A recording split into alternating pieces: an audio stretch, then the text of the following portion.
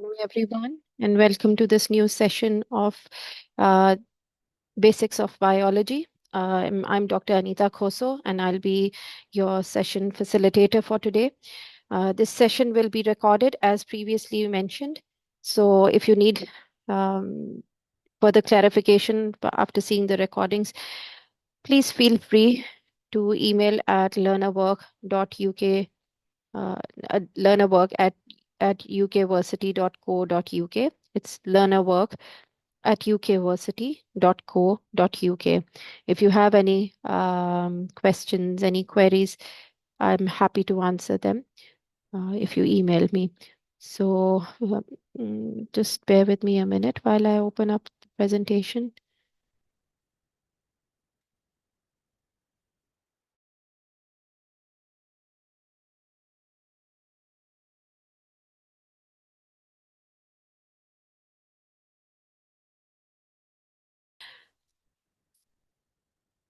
What are the different organelles and the biochemical or um, the biochemical basis of life. So we had talked in detail about that. So proceeding from there, we are now trying to understand the mode of action of enzymes. Enzymes, as I said earlier, are a very important component within the body, and they're mainly responsible for the breakdown of compounds. So I'll share this with you. I hope you can see the screen and you can hear me clear as well. So yeah, so this is what we are going to talk about now for a couple of minutes. So this is access to HE introductory um, biology. So we'll go on to understand the mode of action of enzymes, which are very important. We had talked about. We'll do a recap of what enzymes are. So they're biological catalysts, as I said. Catabolism is breakdown. Okay, so metabolism is making, catabolism is breaking down. So the food that we eat is not the same as it we find it then inside the body after it's broken down. So what enzymes do, they are all in those specific areas of the body wherever they are needed. So if they're in the mouth, you have the salivary glands. So glands are a type of an organ, as we said, as we had studied earlier in earlier classes, that the cells and that they join together to form tissues, which join together to form organs, and then organs join together to form a system. So the salivary glands in our mouth, they are organs, and they make up the system of the gastrointestinal tract. Okay, so enzymes are biological catalysts and they speed up chemical reactions in living cells without being used up. So they're there that and their reserves are enough to carry out their functions. And understanding how they work explains how life can occur at normal body temperature and under controlled conditions. So, what are enzymes? They're proteins basically, and they're with a specific three-dimensional shape. Okay, their function depends on that precise structure. Each enzyme has some qualities like this. It is specific to a particular reaction. So if there's a reaction that has to occur in the mouth, the initial digestion of or breakdown of food, that enzyme, that salivary gland has that particular enzyme. It will not have the enzyme that is found in the stomach. Okay, so they're just specific to the site and specific to the function or the reaction that they undertake. Tacked on a specific molecule called a substrate. So the food that it has to break down, that is known as a substrate, and it remains unchanged after the reaction. The enzyme remains unchanged after the reactions. Without enzymes, most biochemical reactions would be too slow to support life, or they would not happen at all. So if we chew our food, it's not just the chewing that breaks down the food, it's the enzymes as well in our saliva, which is this liquid in our mouth, in our oral cavity, to be more precise. The active site, so every enzyme has a region called the active site. The active site has a specific shape and it's complementary to the substrate. So the food, it comes to an active site, such as the mouth or the oral cavity, and it and then it is it is it is this active site that will have the substrate, which is, for instance, the food, and then the enzyme functions on there. It forms temporary bonds within the substrate. When the substrate binds to the active site, so there are active sites within the oral cavity also, an enzyme substrate, there is an enzyme and substrate complex, so a bond forms between the enzyme and the substrate, for instance, the food, that is formed. Okay, so it's known as a lock and key model. This model explains enzyme specificity. So what does specificity means? It's specific for a particular function. It does not have, it does not carry out all functions. It is just specific to a particular function which it has to perform. The active site is rigid, and this, it's a model which this model which explains the lock and key model. It explains enzyme specificity. So the active site, where the substrate comes, it is rigid. The substrate fits exactly into the active site, and like a key fitting into a lock. So this happens, and then the substrate and the enzyme complex is produced. This reaction, which is the lock and key model, it then once it's bound, it creates a reaction, and then there are products that are released, and the enzyme is free to act again. Okay, so once this lock and key mechanism happens, it is only then that the enzyme comes into action. The model emphasizes the precise match between enzyme and the substrate. Then there's an induced fit model. This model provides a more accurate explanation. So there are two models, the lock and key mechanism, and then there's the induced fit model.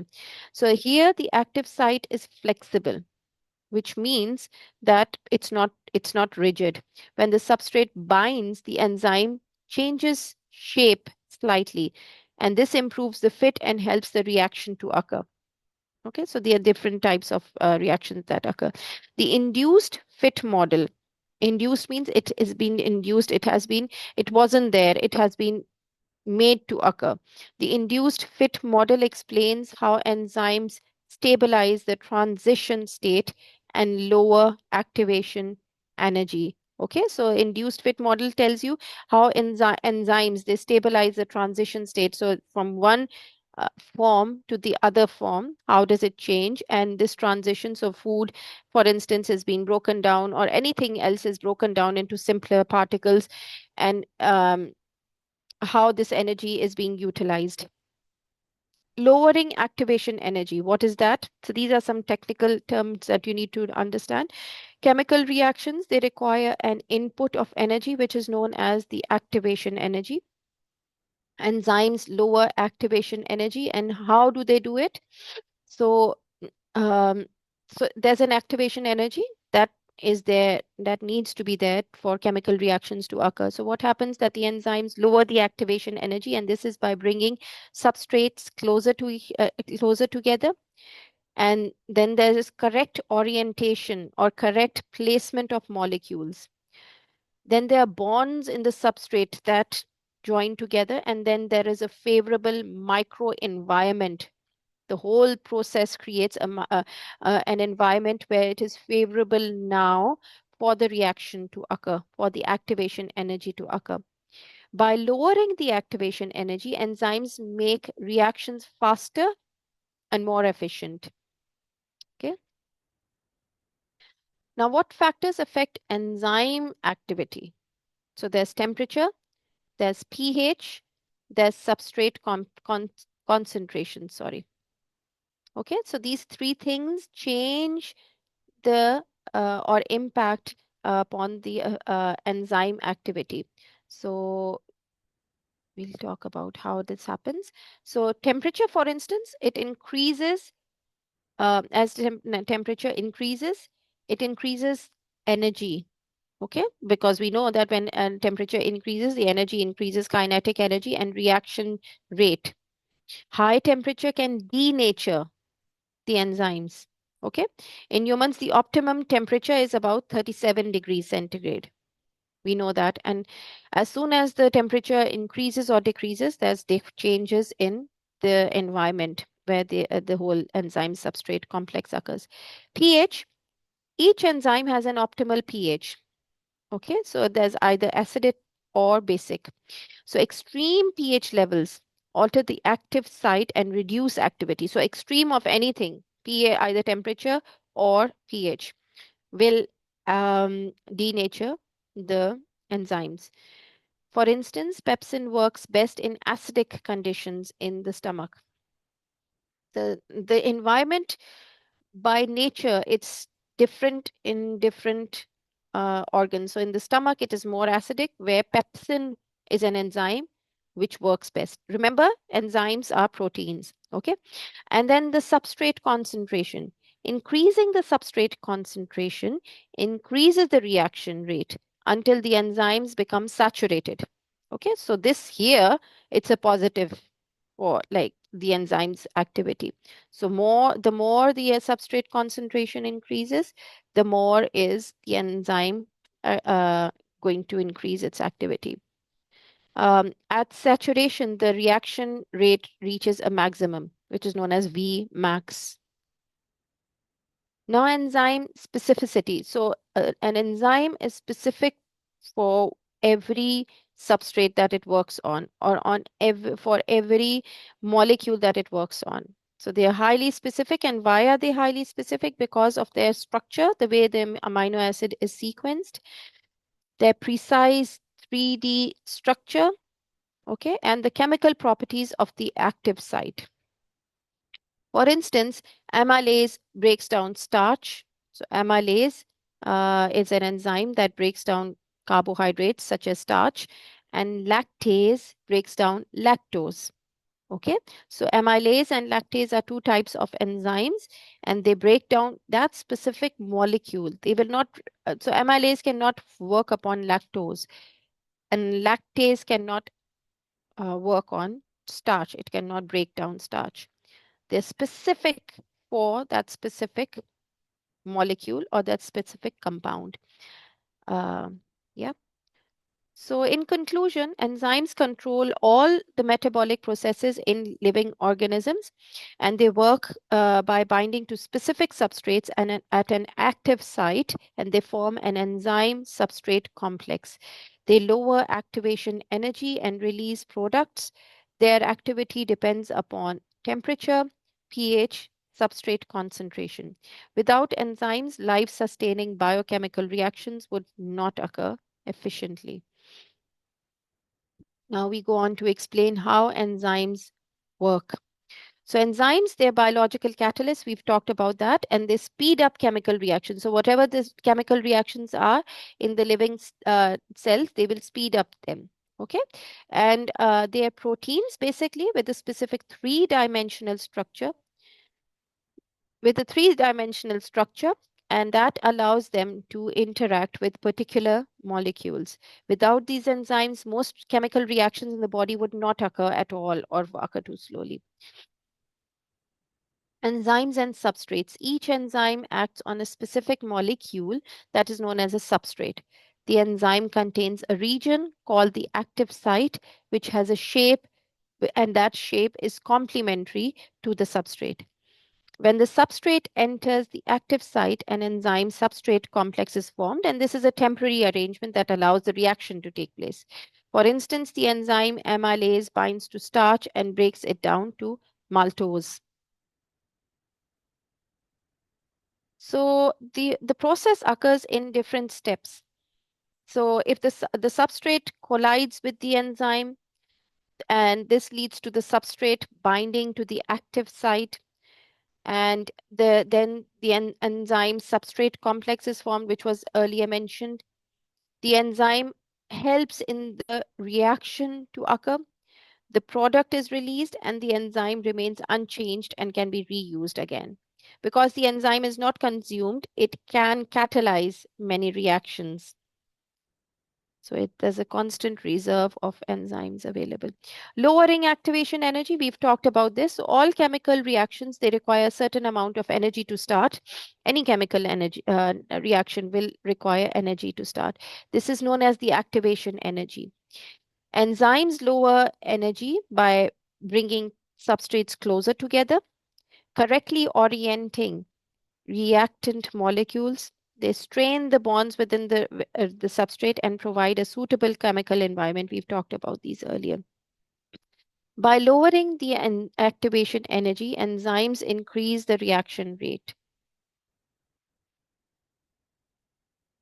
We've talked about both of these models, which is the lock and key model, where the active site is rigid and the substrate fits exactly into the active site and explains the enzyme specificity. So one enzyme is specific to only one function or to only one uh, substrate, one type of substrate. An induced fit was where the active site is flexible and the enzyme changes shape slightly when the substrate binds, and it provides a more accurate explanation of how enzymes stabilize the reaction. The induced fit model, it is widely accepted because it explains how enzymes adapt during um, reaction. The factors affecting enzyme activity, we have talked about this earlier. So there's temperature, there's pH, there's substrate concentration. Now we go on to investigate how the effect of temperature or pH um, impacts the functioning of enzymes. So enzyme activity, as I said, extreme temperatures and extreme pH denature the enzyme. Changes can occur in these factors and they increase the reaction rate up to an optimum point, but extreme conditions can reduce the activity or denature the enzyme. Below is an investigation of how uh, temperature impacts the enzyme activity. Similar structure can be, or similar explanation can be applied for pH. So let's try and understand the effect of temperature on amylase, which is an enzyme activity. So this is what and how does changes in temperature impact the rate at which amylase breaks down starch? Our hypothesis or our educated guess is that as temperature increases, enzyme activity will increase up to an optimum or normal temperature. Above this temperature, the enzyme will denature and the reaction rate will decrease. Now, our variables of interest are the independent variable and the dependent variable. So, an independent variable is the temperature, which we are changing, which we want to change. So it's not, so what is an independent variable? An independent variable is one which does not depend on anything. So temperature, it's either high or low. What depends on it is the rate of starch breakdown. Okay, so as we said that as temperature increases, there will be an increase in the reaction, and to a certain extent, then that enzyme activity will be reaching its maximum, which is Vmax or maybe be denatured. Controlled and variables are pH, enzyme concentration, substrate concentration, and volume of solutions. So these remain controlled. Okay, so these are things that are different types of variable where we are either increasing or decreasing them. So what are our materials? It's an experiment that you need to look at into. So our materials are amylase solution and starch solution. And so amylase is the enzyme and starch is the product that we need to use or the substrate that we are using that needs to be denatured or broken down by amylase. So we have iodine solution, which we use as an indicator for starch. Water bath, excuse me, set at different temperatures. So we have a 10 degree centigrade, 20 degree centigrade, 30 degree centigrade, 40 and 60 degree centigrade. And we have different test tubes, a stopwatch, and a pipette. So all these this is a sort of an experiment that shows you how what happens when there are different types of different temperatures that um, and how they impact, how this enzyme impacts on the and how, on starch. So starch was our substrate. So the method is that place test tubes containing amylase and starch in water baths at different temperatures for 5 minutes to equilibrate. Mix equal volumes of amylase and starch. Start the stopwatch immediately. So there are different temperatures that you're using them at. Every 30 seconds, place a drop of mixture onto iodine solution. This is to see the reaction change. So record the time taken for iodine to remain brown. So it's no black, blue-black color, indicating that starch has been digested. Repeat for each temperature. So what are the expected results? According to our hypothesis, so at low temperatures, 10 degrees centigrade, the reaction will be slow due to reduced kinetic energy. We learned that as temperatures increase, the kinetic energy increases as well. So the reaction will be slow. At moderate temperatures, around 37 degrees centigrade, for human enzymes, activity will be the highest. And at high temperatures, above 50 to 60 centigrade, the enzyme will denature and activity will drop sharply. What is the explanation? Temperature increases kinetic energy, leading to more frequent collisions between enzymes and the substrate. So temperature increases, kinetic energy increases, there are more collisions between enzyme and the substrate. This increases the reaction rate up to the optimum, which is the normal level, the best level. So at very high temperatures, hydrogen bonds maintain the enzyme's structure break. Uh, Maintaining the enzyme structure, they break the hydrogen bonds, and the active site changes its shape, and the substrate no longer fits properly. This is known as denaturation, and it's usually irreversible. So when the higher the temperature, these hydrogen bonds break down. The active site, which was there for the substrate, it changes its shape, and the substrate is no longer going to fit into the active site. This is known as denaturation. Alternative investigation. So let's see the effect of pH on enzyme activity using buffers at different pH levels. So we use pH at level 3, 7, 9, 3, 5, 7, and 9 on the same method. Expected findings according to our hypothesis again is each enzyme has an optimum pH. Pepsin works best in acidic conditions around 2, pH 2. So the lower the pH, uh, the better. So pH is, if it's high, it means it's basic. And if it's low, it means it's acidic. So pepsin, as I said earlier, it is found in the stomach. It works as in the environment in the stomach is very acidic. So pepsin works best in acidic conditions. That is why it is placed in the stomach. And that's around pH 2.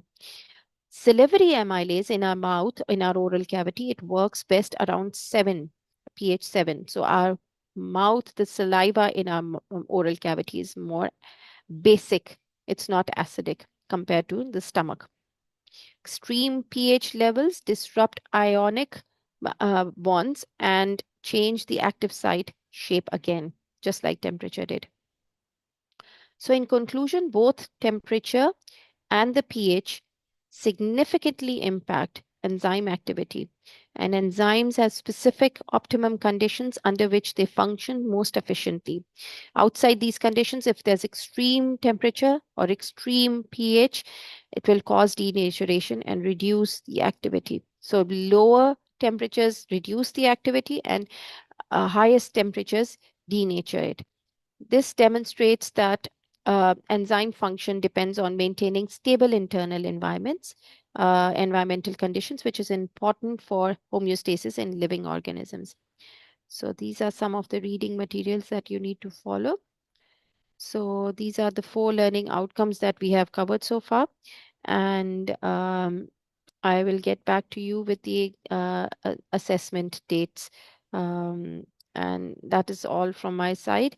I'll just uh, show you a figure very briefly, just bear with me, regarding the enzymes and substrates. Just bear with me for a minute. I hope you understood it. If you don't, please let me know and at learnerwork@ukversity.co.uk. I'm Dr. Anita Kosu. So if you need more explanation, please feel free to ask me. I'm happy to assist you further in this.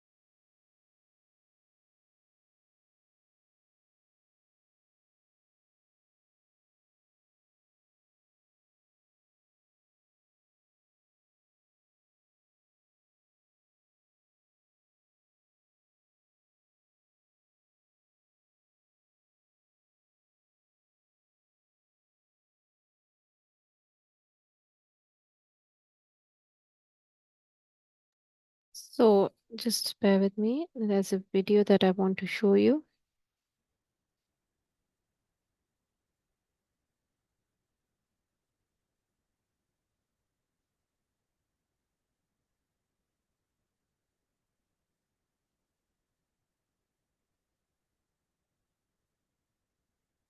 Please have a look at this video and try and understand. That's it from my side. And I'll see you next time. Take care. Bye.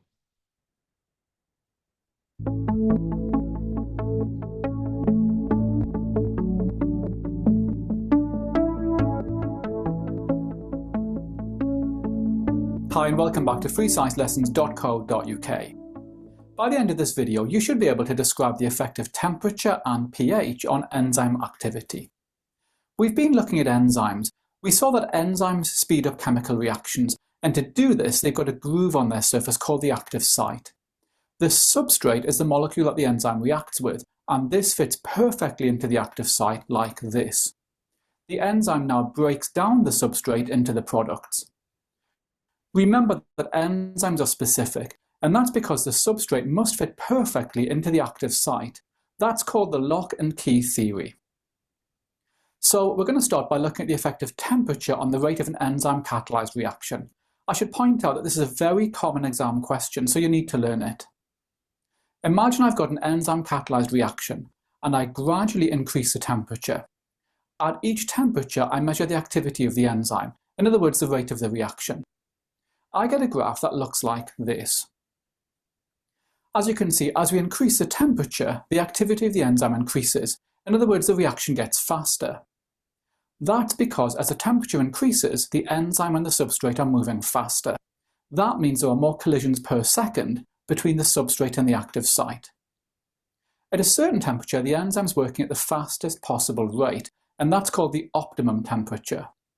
At this point, there's the maximum frequency of successful collisions between the substrate and the active site. For most human enzymes, the optimum temperature is 37 degrees Celsius, which is human body temperature. Now, as we increase the temperature past the optimum, then the activity of the enzyme rapidly decreases to zero. In other words, the enzyme stops working. That's because at high temperatures, the enzyme molecule vibrates, and the shape of the active site changes like this. Now the substrate no longer fits perfectly into the active site. We say that the active site is denatured, and you'll be expected to use that word in your exam. the enzyme can no longer catalyze the reaction. Okay, let's take a look now at the effect of pH on enzyme activity. In this case, we're taking an enzyme-catalyzed reaction and we're altering the pH. We're then measuring the activity of the enzyme at each pH, in other words, the rate of the reaction. We get a graph that looks like this.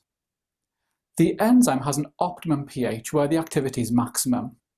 If we make the pH more acidic or more alkaline, then the activity drops to 0. That's because the active site denatures if the conditions are too acidic or too alkaline.